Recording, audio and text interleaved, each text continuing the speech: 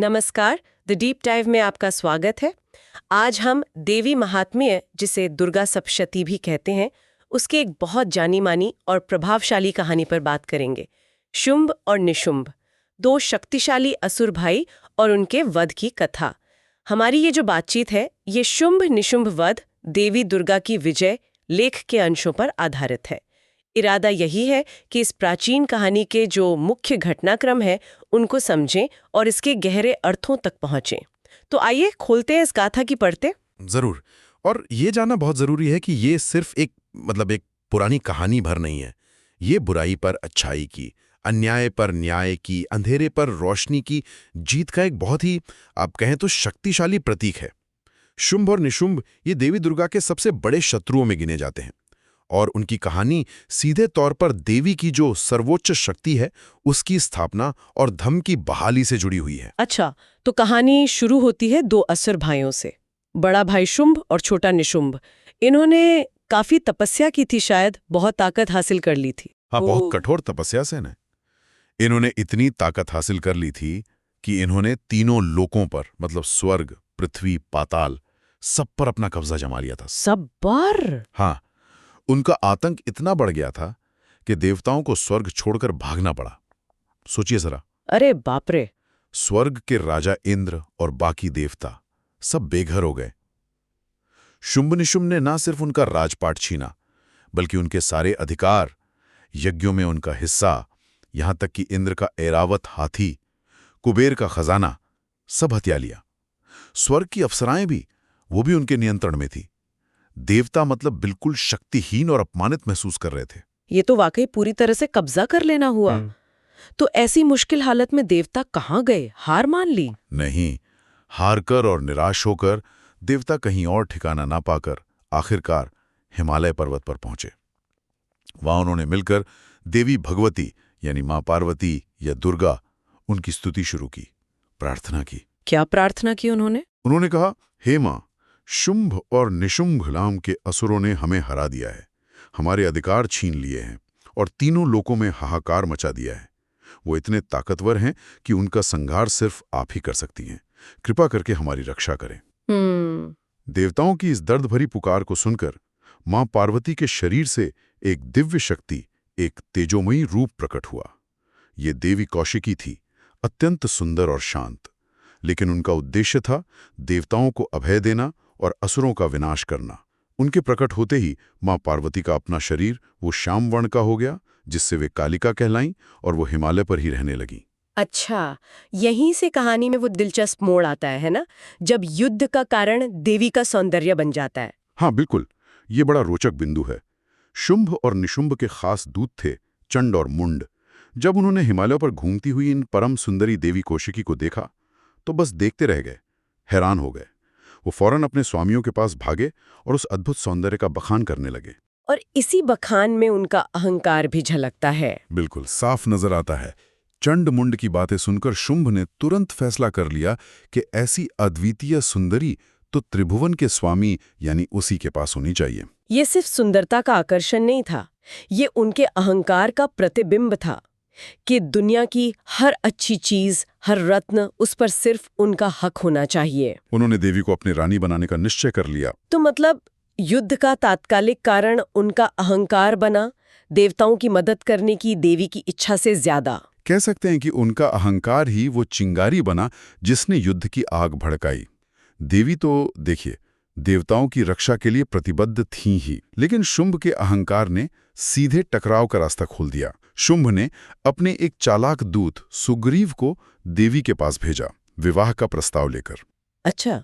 सुग्रीव ने जाकर पहले देवी की खूब तारीफ की, फिर शुंभ निशुंभ के बल और उनके राज का बखान किया और कहा कि आपको त्रिभुवन के स्वामी शुंभ या उनके भाई निशुंभ को पति रूप में स्वीकार कर लेना चाहिए। लेकिन देवी तो देवी हैं, उन्होंने क्या कहा? उन्होंने सुग्रीव की बातें सुनी और फिर बड़ी शांति से मगर दृढ़ता से उस प्रस्ताव को ठुकरा दिया। उन्होंने कहा, माना तुम्हारे स्वामी बहुत बलशाली हैं, तीनों लोकों के विजेता हैं, पर मैंने बचपन में एक प्रतिज्ञा ली थी। प्रतिज्ञा?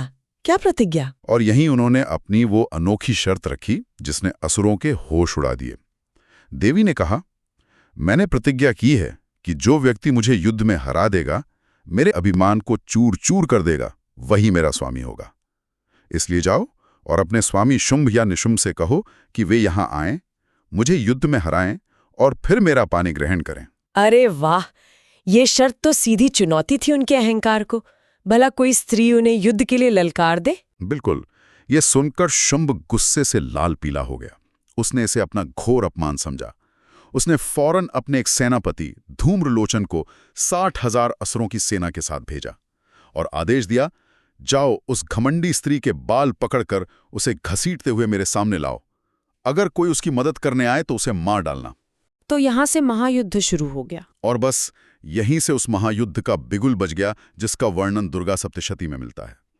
धूम्रलोचन अपनी विशाल सेना लेकर देवी के पास पहुंचा और उन्हें ललकारने लगा, लेकिन देवी ने युद्ध करने की बजाय केवल एक हुंकार भरी, एक तेज आवाज की, और उसी हुंकार की अग्नि से धूम्रलोचन और उसकी सेना का एक बड़ा हिस्सा वहीं भस्म हो गया। एक हुंकार से? ये तो देवी की शक्ति का पहला परिचय था असुरों के लिए। धूम्रलोचन के मारे जाने की खबर सुनकर तो शुंभ का गुस्सा और बढ़ गया होगा। 7वें आसमान पर पहुंच गया। अब उसने अपने सबसे भरोसेमंद और खूंखार योद्धाओं चंड और मुंड को और भी बड़ी सेना के साथ भेजा। चंड और मुंड, इनका नाम तो बहुत सुना है। हाँ, जब चंड और मुंड अपनी पूरी चतरंगिनी सेना के साथ आए, तब देवी समझ गई कि अब केवल शांत रूप से काम नहीं चलेगा। उन्हें क्रोध आया और क्रोध से उनका मुख काला पड़ गया। उनके माथे से भ्रुकुटी से एक और भयंकर देवी प्रकट हुई, मां काली। मां काली? हाँ, मां काली। विकराल रूप था उनका। हाथ में खड्ग और पाश, बाघ की खाल पहने, गले में नरमुंडों की माला, जीभ लपलपा रही थी। वे असुर सेना पर बिजली की तरह टूट पड़ी। यही वो रूप है जिसे हम अक्सर देखते हैं। हाँ, वही महाकाली रूप। उन्होंने अपनी तलवार और भयंकर गर्जना से असुरों में हाहाकार मचा दिया। कुछ को खा लिया, कुछ को कुचल दिया। उन्होंने सेनापति चंड का सिर काट दिया और मुंड को भी यमलोक पहुंचा दिया। और क्योंकि उन्होंने चंड और मुंड का संहार किया, इसीलिए देवी का एक नाम चामुंडा भी पड़ा। चामुंडा? अच्छा, तो चंड मुंड जैसे महारथियों का मारा जाना, ये खबर सुनकर तो शुंभ निशुंभ वाकई बौखला गए होंगे। बिल्कुल। अब उन्हें समझ आ गया था कि ये कोई साधारण स्त्री नहीं है। शुंभ ने अब अपनी सारी दानवी शक्तियों और सेनाओं को इकट्ठा किया। कहते हैं कि कंबू, कालक, मौर्य, दौहिद जैसे 84 असुर सेनापतियों के नेतृत्व में करोड़ों की संख्या में असुर देवी से युद्ध करने निकल पड़े। इतनी विशाल सेना को अपनी ओर आता देख देवी चंडिका, जो कौशिकी का ही रौद्र रूप हैं, उनकी सहायता के लिए अन्य देवताओं के शरीरों से भी उनकी शक्तियां नारी रूप धारण कर प्रकट हुईं।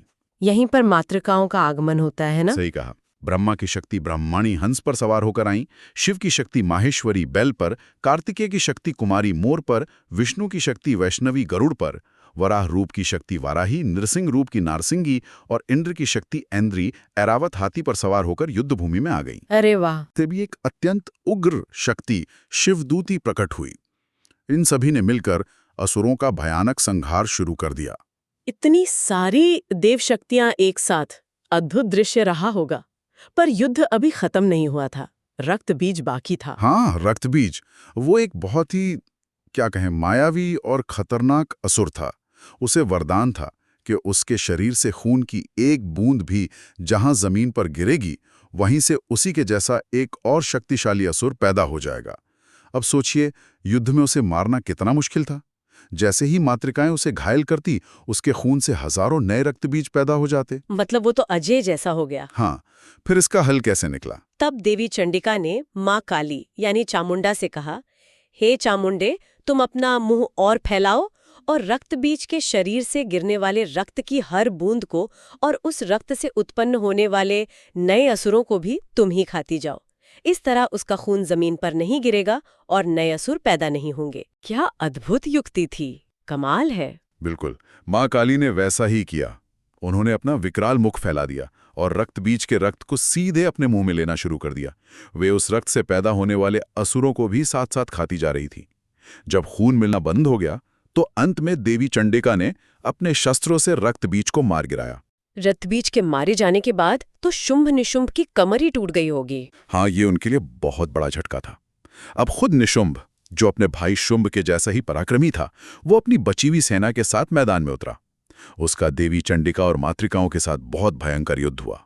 निशुंभ का अंत कैसे हुआ? उसमें भी कुछ खास था क्या? निशुंभ भी आसानी से हार मानने वाला नहीं था। देवी ने उसे अपने तीखे बाणों और त्रिशूल से बुरी तरह घायल कर दिया।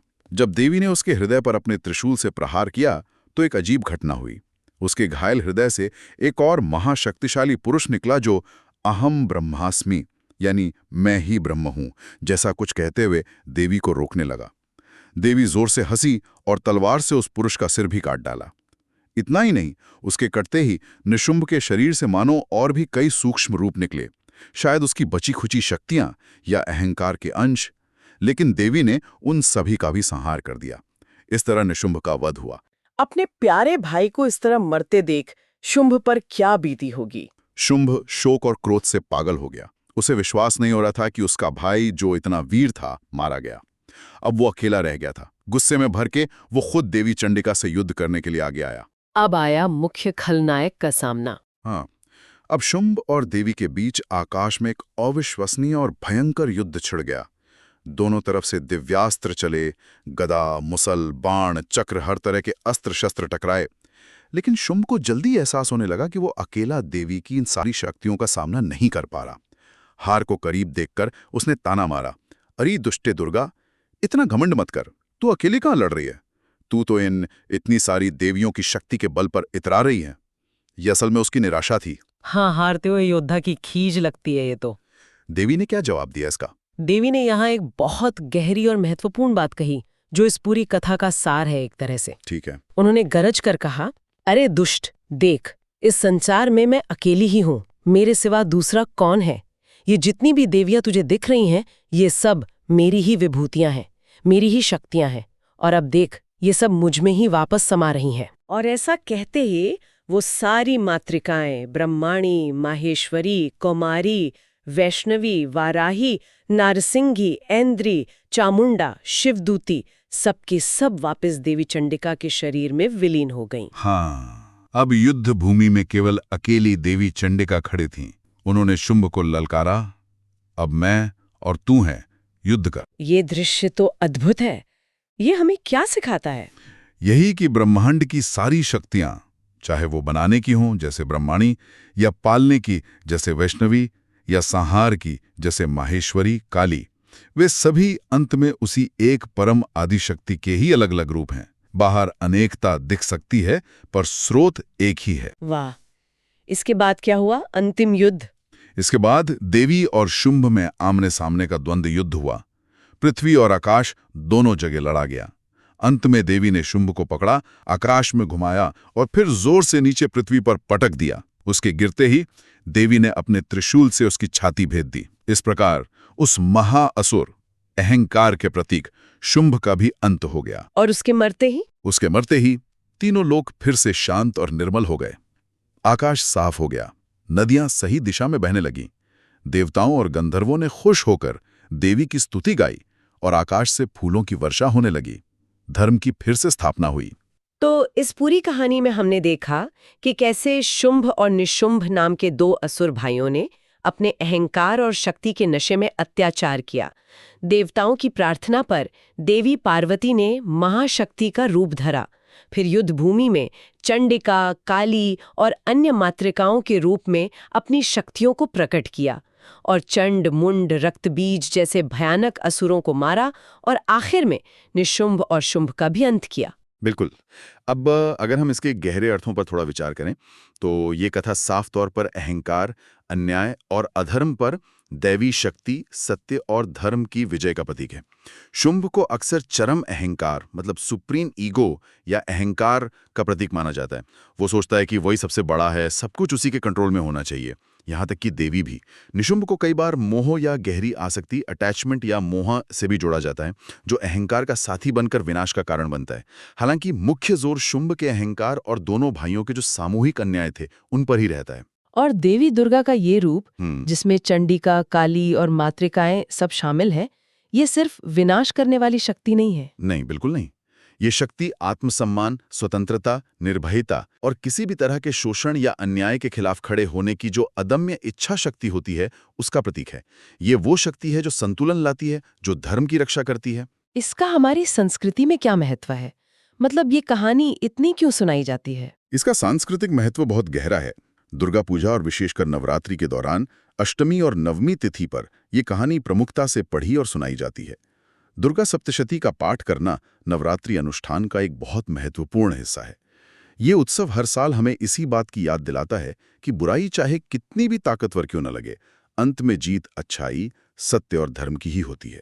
तो कुल मिलाकर इस कहानी से मुख्य संदेश यही मिलता है कि अहंकार और अन्याय का रास्ता आखिर में विनाश की ओर ही ले जाता है और सत्य और धर्म की रक्षा के लिए दैवीय शक्ति हमेशा प्रकट होती है। हाँ, और एक महत्वपूर्ण बात यह भी है कि ये कथा हमें याद दिलाती है कि बाहरी दुश्मनों के साथ साथ हमारे अपने भीतर की बुराइयों जैसे अहंकार, क्रोध, लोभ, मोह, ईर्ष्या, इनसे लड़ने की शक्ति भी हमारे अंदर ही मौजूद है।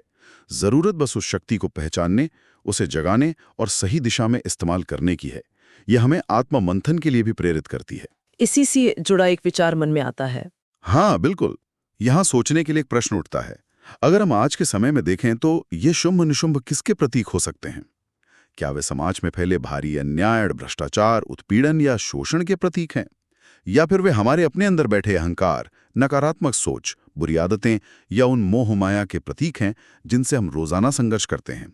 और शायद सबसे अहम सवाल यह है कि इन दोनों ही तरह की बुराइयों से बाहरी और भीतरी लड़ने के लिए हम अपनी उस आंतरिक देवी शक्ति यानी अपनी हिम्मत, अपनी नैतिक शक्ति, अपनी समझ, अपनी करुणा और अपने सच पर टिके रहने की क्षमता को कैसे पहचानें और कैसे प्रभावी ढंग से जागृत करें? वाकई ये एक गहरा सवाल है जिस पर हम सभी को विचार करना चाहिए। आज की इस विस्तृत चर्चा में शामिल होने के लिए धन्यवाद। उम्मीद है शुंभ निशुंभ वध की यह विजय गाथा सभी सुनने वालों के लिए न सिर्फ ज्ञानवर्धक बल्कि प्रेरणादायक भी साबित हुई होगी।